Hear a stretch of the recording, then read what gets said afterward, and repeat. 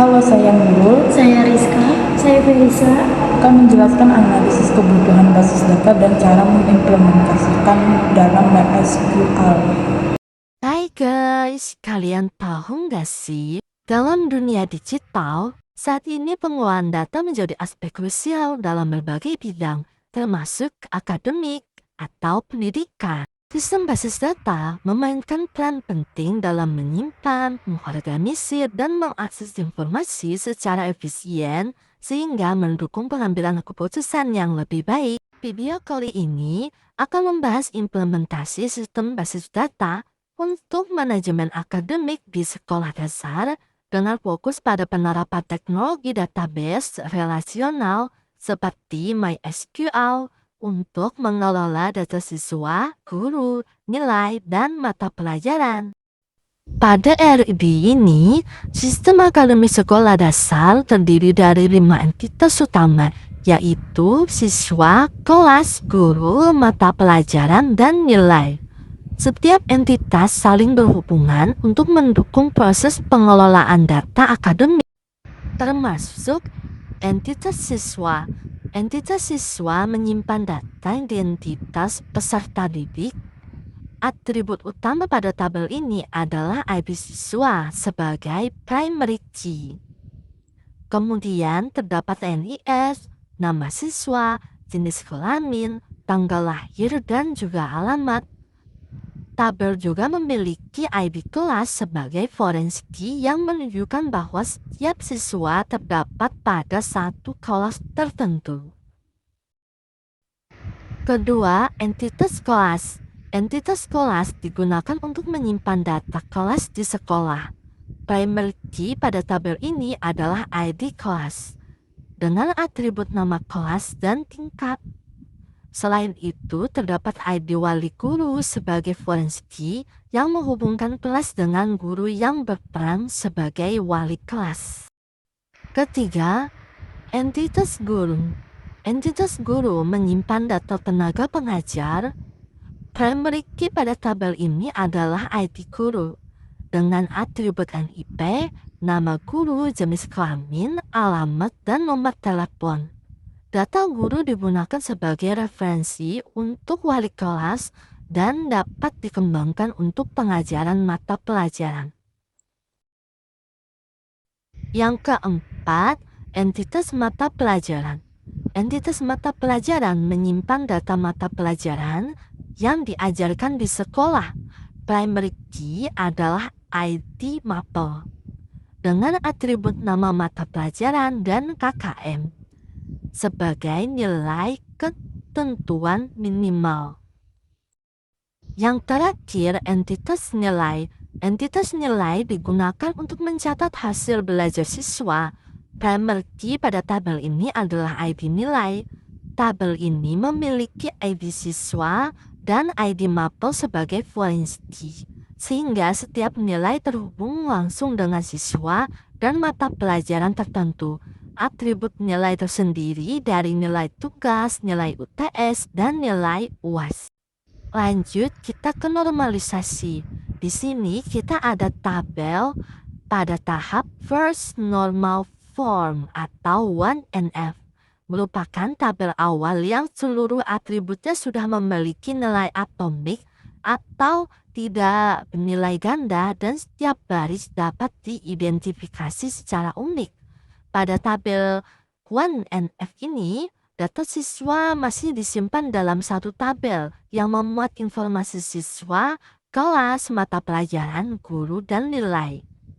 Struktur tabel ini masih memiliki redundansi data, karena informasi seperti nama kelas, mata pelajaran, dan guru akan berulang apabila terdapat banyak siswa yang berada di kelas atau mata pelajaran yang sama. Struktur tabel 1NF ini adalah MIS, nama siswa, nama kelas, mata pelajaran, guru, dan juga nilai. Pada tahap selanjutnya ada second normal form. Tabel telah memenuhi syarat 1NF dan setiap atribut non-primary key bergantung sepenuhnya pada primary key. Untuk menghilangkan ketergantungan parsial, tabel pada 1NF dipecah menjadi beberapa tabel berdasarkan entitasnya. Pada tahap selanjutnya ada third normal form atau 3NF, merupakan tahap normalisasi lanjutan dari 2NF di mana tabel sudah tidak memiliki ketergantungan transitif. Setiap atribut non-primary key hanya bergantung pada primary key dan tidak bergantung pada atribut non-primary key lainnya. Pada tahap ini, informasi guru dipisahkan sepenuhnya dari tabel mata pelajaran agar tidak terjadi ketergantungan transitif. Dengan demikian, perubahan data guru tidak akan memengaruhi tabel lain secara langsung. Setelah melalui proses 3NF, struktur basis data menjadi lebih terorganisir, konsisten, dan mudah dalam proses pengelolaan maupun pengembangan sistem akademik sekolah. Oke, kita lanjut ya ke implementasi sistem basis datanya.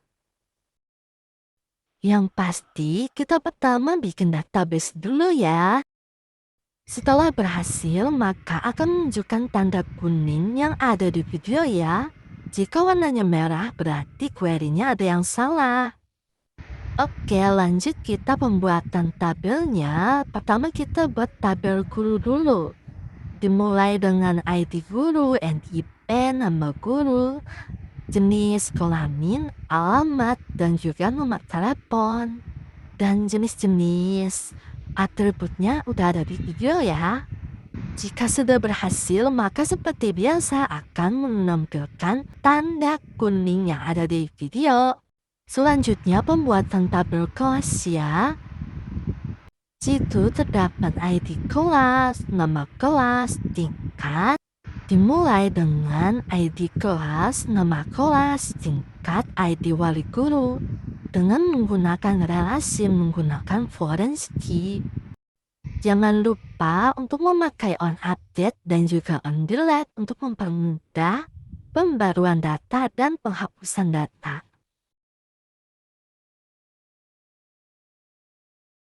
Lanjut, pembuatan tabel siswanya ada ID siswa, NIS, nama siswa, jenis kelamin, tanggal lahir, dan juga ID kelas. Lanjut pembuatan tabel mapelnya.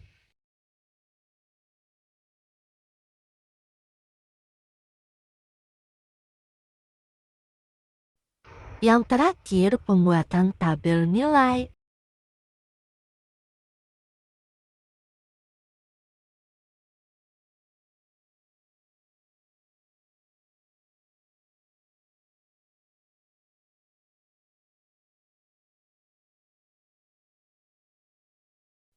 Dan ya, kita berhasil membuat 5 tabel itu. Di sini kita kelupaan menambahkan nama siswa, makanya kita tambahkan menggunakan alter table. Penghapusan kolom ID jadwal karena salah aturan ID nilai ya guys. Alter ID nilai untuk menambahkan ID nilai di kolom pertama. Lanjut penambahan data untuk tabel gurunya. Jangan lupa penambahan datanya sesuai dengan kolom yang ada di tabel guru ya. Kalau tidak, nanti akan terjadi error.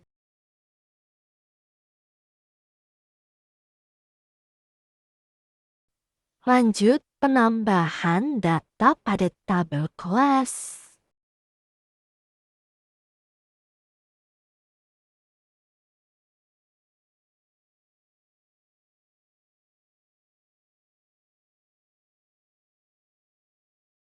Lanjut untuk penambahan data pada tabel mapel.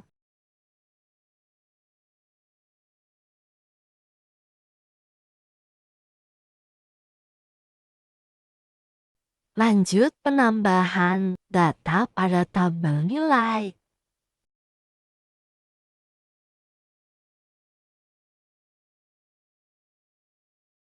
Lanjut penambahan data pada tabel siswa.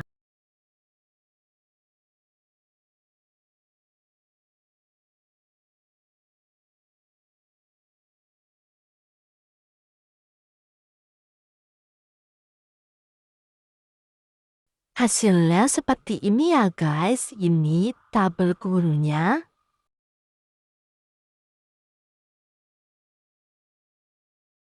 Tabel kelasnya. Tabel mapel. Tabel nilai. Dan juga tabel siswanya. Ini kita menggabungkan beberapa kolom yang ada di beberapa tabel menggunakan select. Dan ini hasilnya.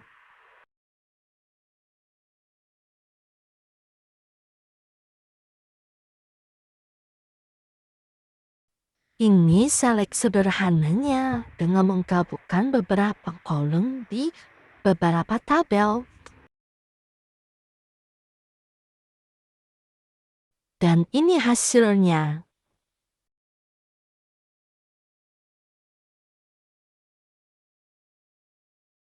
Lanjut select join yang pertama.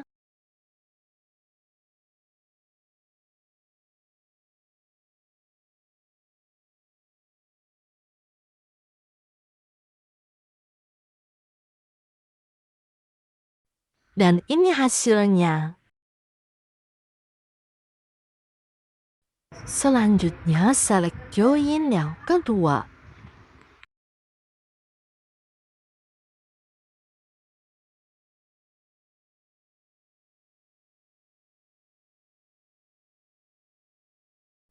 Dan ini hasilnya. Lanjut select update-nya. Di sini kita akan mencoba mengupdate siswa yang bernama Cita.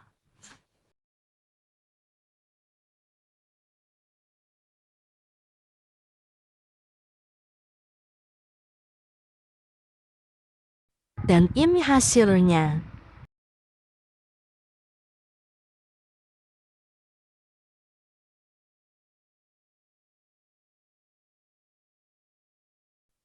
Di sini kita akan mencoba menghapus ID siswa di tabel nilai dengan ID siswa 1700091.